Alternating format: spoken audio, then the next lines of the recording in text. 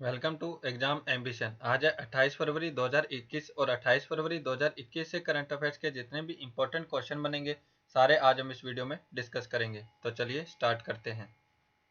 पहला क्वेश्चन है, संयुक्त राष्ट्र पर्यावरण कार्यक्रम यूएनईपी के न्यूयॉर्क ऑफिस का प्रमुख किसे नियुक्त किया गया है? तो इस क्वेश्चन का सही ऑप्शन है ए, लीजिया नोरोन्हा।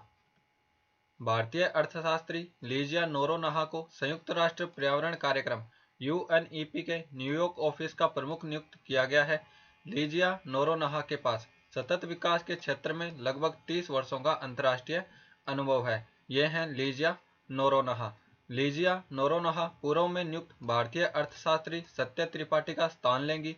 लीजिया नोरोन्हा वर्ष 2014 से नैरोबी स्थित यूएनईपी की अर्थव्यवस्था शाखा में निदेशक के पद पर कार्यरत हैं। The United Nations Environment Programme UNEP की स्थापना 5 जून 1972 को की गई थी। इसका मुख्यालय नैरोबी, केन्या में है।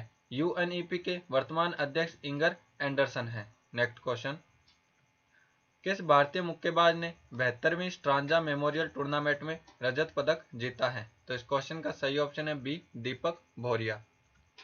72वीं स्ट्रांजा मेमोरियल टूर्नामेंट में भारतीय मुक्केबाज दीपक भोरिया ने रजत पदक जीता है। यह है मुक्केबाज दीपक भोरिया। दीपक भोरिया ने सेमीफाइनल में 49 किलोग्राम वर्ग में उज्बेकिस्तान के मुक्केबाज जरोव को 4-1 के अंतर से हराया है। उज्बेकिस्तान के मुक्केबाज जरोव वर्तमान में विश्व मुक्केबाजी चैंपियनशिप 2019 के अलावा रियो ओलंपिक के पदक विजेता हैं। दीपक भोरिया हरियाणा के मुक्केबाज हैं। 72वीं स्ट्रांजा मेमोरियल टूर्नामेंट का आयोजन बुल्गारिया के सोफिया में किया गया है। नेक्स्ट क्वेश्चन, दूसरे खेलो इंडिया विंटर गेम्स का आयोजन कहां पर आरंभ किया गया है? तो इस क्वेश्चन का सही ऑप्शन है बी, गुलमर्ग। दूसरे खेलो इंडिया विंटर गेम्स का आयोजन गुलमर्ग में किया गया है। इन खेलों का उद्घाटन प्रधानमंत्री श्री नरेंद्र मोदी ने वर्चुअल माध्यम से किया है। प्रतियोगिता का आयोजन 26 फरवरी से 2 मार्च 2021 तक किया जाएगा। पहले खेलो इंडिया विंटर गेम्स का आयोजन जम्मू कश्मीर में ही वर्ष 2020 में किया गया था। पहले खेलो इंडिया विंटर गेम्स का खिताब जम्मू कश्मीर ने जीता था। इस प्रतियोगिता में दूसरे स्थान पर भारतीय आर्मी और तीसरे स्थान पर उत्तराखंड राज्य रहा था। प्रतियोगिता का आयोजन स्पोर्ट्स अथॉरिटी ऑफ इंडिया और युवा और खेल मामलों के मंत्रालय के द्वारा किया जाता है। नेक्स्ट क्वेश्चन, भारतीय खिलाड़ी आर विनय कुमार ने संन्यास की घोषणा की है, वह किस खेल से संबंधित है? तो इस क्वेश्चन का सही ऑप्शन है बी, क्रिकेट। हाल ही में भारतीय खिलाड़ी आर विनय कुमार ने क्रिकेट से संन्यास की घोषणा की है। आर विनय कुमार अंतर्राष्ट्रीय और प्रथम श्रेणी क्रिकेटर हैं। आर विनय कुमार कर्नाटक राज्य टीम के अनुभवी तेज गेंदबाज हैं। उन्होंने भारत के लिए एक टेस्ट मैच, 31 वनडे और 9 टी20 मैच खेले हैं। इसके अलावा भारतीय क्रिकेट टीम के ऑलराउंडर यूसुफ पठान ने भी क्रिकेट से संन्यास की घोषणा की है। यूसुफ पठान ने अंतर्राष्ट्रीय क्रिकेट में 2007 में पाकिस्तान के खिलाफ करियर की शुरुआत की थी। यह है क्रिकेटर यूसुफ पठान और यह है R Vinay Kumar. Next question, 125 smart classroom बनाने वाला दुनिया का पहला विश्वविद्यालय कौन बना है? तो इस क्वेश्चन का सही ऑप्शन है बी, बनारस हिंदू विश्वविद्यालय। बनारस हिंदू विश्वविद्यालय BHU 125 स्मार्ट क्लासरूम बनाने वाला दुनिया का पहला विश्वविद्यालय बना है। विश्वविद्यालय में मार्च के अंत तक 125 विभागों में कंप्यूटर कक्षाओं का शुभारंभ किया जाएगा। इन कक्षाओं में ऑनलाइन और ऑफलाइन दोनों कक्षाएं एक समान गुणवत्ता के साथ चलाई जा सकेंगी।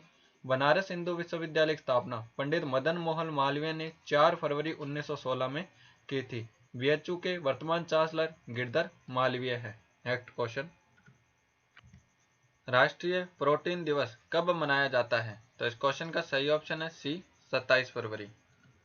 प्रत्येक वर्ष राष्ट्रीय प्रोटीन दिवस 27 फरवरी को मनाया जाता है। इस वर्ष इस दिवस की theme powering with plant protein है। इस दिवस को मनाने का उद्देश्य भोजन में प्रोटीन के महत्व के बारे में समझाता है। प्रोटीन की कमी के परिणाम स्वरूप शारीरिक वृद्धि एवं क्षतिग्रस्त ऊतकों के पुनर्निर्माण में अवरोध उत्पन्न हो जाता है, जिससे क्वाशीओरकोर और मरस्मस रोग हो जाता है।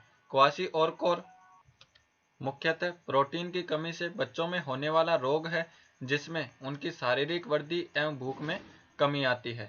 नेक्स्ट क्वेश्चन, किस राज्य सरकार ने आत्मनिर्भर कृषक समन्वित विकास योजना का शुभारंभ किया है? तो इस क्वेश्चन का सही ऑप्शन है सी, उत्तर प्रदेश। उत्तर प्रदेश राज्य सरकार ने आत्मनिर्भर कृषक समन्वित विकास योजना का शुभारंभ किया है। इस योजना का उद्देश्य किसानों की आय को बढ़ाकर उन्हें एक समृद्ध एवं खुशहाल जीवन प्रदान करना है। योजना के तहत किसानों को अधिक उत्पादन देने वाली फसलों, कृषि के नवीनतम उपकरणों, मूल्य संवर्धन एवं मार्केटिंग से जुड़ी मदद दी जाएगी। राज्य में ब्लॉक स्तर पर किसान उत्पादक संगठन की स्थापना की जाएगी। यह है मैप में उत्तर प्रदेश। उत्तर प्रदेश की राजधानी है लखनऊ। उत्तर प्रदेश के मुख्यमंत्री हैं योगी आदित्यनाथ और उत्तर प्रदेश की राज्यपाला आनंदीबेन पटेल। उत्तर प्रदेश में विधानसभा की 403 सीट है, लोकसभा की 80 सीट है और राज्यसभा की 31 सीट है। उत्तर प्रदेश के वर्तमान मुख्य न्यायाधीश गोविंद माथुर हैं। नेक्स्ट क्वेश्चन, इलेक्ट्रॉनिक्स और सूचना प्रौद्योगिकी मंत्रालय ने किस मंत्रालय के साथ मिलकर राष्ट्रीय शहरी डिजिटल मिशन प्रारंभ किया है? तो इस क्वेश्चन का सही ऑप्शन है सी, आवास और शहरी मामलों के मंत्रालय। राष्ट्रीय शहरी डिजिटल मिशन NUDM का शुभारंभ इलेक्ट्रॉनिक्स और सूचना प्रौद्योगिकी मंत्रालय ने आवास और शहरी मामलों के मंत्रालय के साथ मिलकर किया है। यह मिशन 2022 शहरों और 2024 तक भारत के सभी शहरों और नगरों में शहरी शासन और सेवा वितरण के लिए नागरिक केंद्रित और इकोसिस्टम द्वारा संचालित दृष्टिकोण को साकार करने का कार्य करेगा। इस अवसर पर आवास और शहरी मामलों के मंत्रालय के द्वारा India urban data exchange, smart code, smart city 2.0 website और भूस्थानिक प्रबंधन सूचना प्रणाली अर्थात जियोस्पेशल मैनेजमेंट इंफॉर्मेशन सिस्टम जैसी अन्य पहल को भी लॉन्च किया गया है। वर्तमान में केंद्रीय आवास और शहरी मामलों के मंत्री हरदीप सिंह पुरी हैं और इलेक्ट्रॉनिक्स और सूचना प्रौद्योगिकी मंत्री श्री रविशंकर प्रसाद हैं। नेक्स्ट क्वेश्चन, अल्पाइन पौधे की एक नई प्रजाति किस राज्य में खोजी गई है? तो इस क्वेश्चन का सही ऑप्शन है बी, अरुणाचल प्रदेश। अरुणाचल प्रदेश के तवांग जिले में अल्पाइन पौधे की एक नई प्रजाति की खोज की गई है। पौधे की नई प्रजाति हिमालयन सूरजमुखी के परिवार से संबंधित है। इस अल्पाइन पौधे का नाम क्रेमनथोडियम इंडिका रखा गया है। यह प्रजाति तवांग जिले में पेंगोंग तसो झील के पास पाई जाती है, जो आमतौर पर जुलाई से अगस्त तक फूल देती है। अल्पाइन पौधे की यह प्रजाति IUCN सूची में गंभीर रूप से संकटग्रस्त के रूप में शामिल है। यह है मैप में अरुणाचल प्रदेश। अरुणाचल प्रदेश की राजधानी है ईटानगर। अरुणाचल प्रदेश के मुख्यमंत्री हैं पेमा खांडू और अरुणाचल प्रदेश के राज्यपाल हैं BD मिश्रा।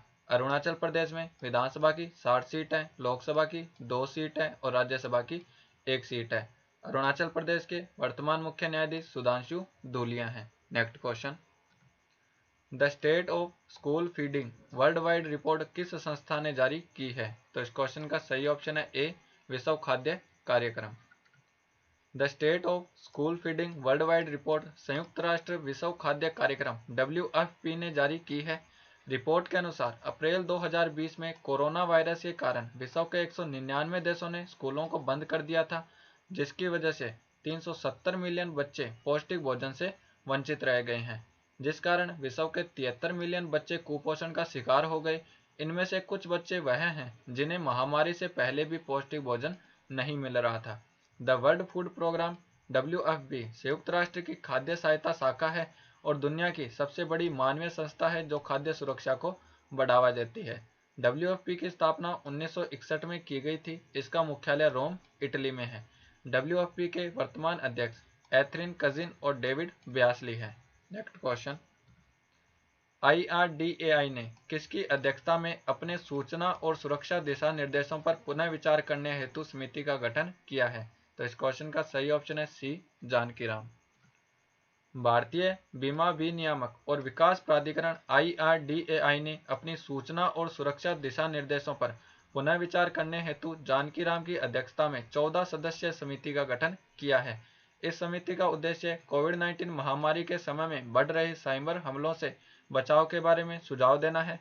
उल्लेखनीय है कि कोविड-19 महामारी में वैश्विक स्तर पर साइबर हमले बढ़ गए हैं, जिनका प्रमुख प्रभाव वित्तीय क्षेत्र पर पड़ा है।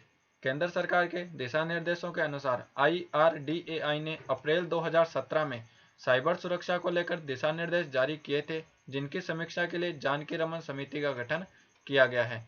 वर्ष 2020 में एशिया में हुए कुल साइबर हमलों में से 7% भारतीय कंपनियों पर किए गए हैं।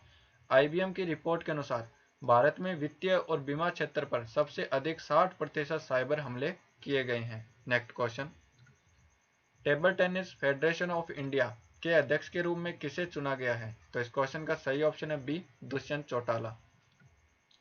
Table Tennis Federation of India के अध्यक्ष के रूप में दुष्यंत चौटाला को चुना गया है। ये हैं दुष्यंत चौटाला। दुष्यंत चौटाला वर्तमान में हरियाणा के उप मुख्यमंत्री हैं। दुष्यंत चौटाला का कार्यकाल इस पद के लिए 4 वर्ष का होगा। Dushyant Chautala national sports federation के सबसे युवा अध्यक्ष हैं। नेक्स्ट क्वेश्चन, इंडिया ए स्कैमसेस्टर बॉर्न एवरी मिनट पुस्तक के लेखक कौन है? तो इस क्वेश्चन का सही ऑप्शन है ए, स्निग्धा पूनम। इंडिया ए स्कैमस्टर बॉर्न एवरी मिनट पुस्तक के लेखक स्निग्धा पूनम है। ये हैं लेखक स्निग्धा पूनम। इस पुस्तक का प्रकाशन पेंगुइन रैंडम हाउस इंडिया के द्वारा किया जाएगा। पुस्तक में भारत में किए गए स्कैम और धोखाधड़ी के बारे में बताया गया है और भारत में फैले हुए भ्रष्टाचार का वर्णन किया गया है। Next question, global Bio India 2021 कार्यक्रम का आयोजन किस संस्था के द्वारा किया गया है? तो इस क्वेश्चन का सही ऑप्शन है B, BIRAC. Global Bio India 2021 के दूसरे संस्करण का आयोजन Biotechnology Industries Research Assistant Council BIRAC, Confederation of Indian Industry CII, Association of Biotechnology Led Enterprises और इन्वेस्ट इंडिया ने मिलकर किया है। इस वर्ष इस कार्यक्रम की थीम ट्रांसफॉर्मिंग लैब्स और tagline biosciences to bioeconomy है। इस कार्यक्रम का उद्देश्य राष्ट्रीय स्तर पर और वैश्विक समुदाय के सामने भारत के जैव प्रौद्योगिकी क्षेत्र की क्षमता और इसमें मौजूद अवसरों को प्रदर्शित करना है। ग्लोबल बायो इंडिया 2021 कार्यक्रम में साझेदार देश स्विट्जरलैंड और साझेदार राज्य कर्नाटक है। ग्लोबल बायो इंडिया कार्यक्रम का पहला संस्करण 2019 में आयोजित किया गया था। नेक्स्ट क्वेश्चन, 16वें फिक्की उच्च शिक्षा शिखर सम्मेलन 2021 का उद्घाटन किसने किया है? तो इस क्वेश्चन का सही ऑप्शन है सी, रमेश पोखरियाल निशंक। 16वें फिक्की उच्च शिक्षा शिखर सम्मेलन 2021 का उद्घाटन केंद्रीय शिक्षा मंत्री रमेश पोखरियाल निशंक ने किया है। इस कार्यक्रम का आयोजन शिक्षा मंत्रालय और वाणिज्य एवं उद्योग मंत्रालय के सहयोग से फिक्की ने किया है। इस शिखर सम्मेलन की थीम उच्च शिक्षा 2030 रिजिलियंस इनोवेशन सस्टेनेबिलिटी एंटरप्राइजेस अर्थात राइज है। यह सम्मेलन राष्ट्रीय एवं अंतर्राष्ट्रीय दोनों स्तरों पर विचार विमर्श और ज्ञान साझा करने के लिए एक मंच के तौर पर कार्य करता है। ये वीडियो आपको कैसा लगा हमें कमेंट बॉक्स में लिखकर ज़रूर बताएं और हमारे इंस्टाग्राम और टेलीग्राम चैनल को भी फॉलो करें।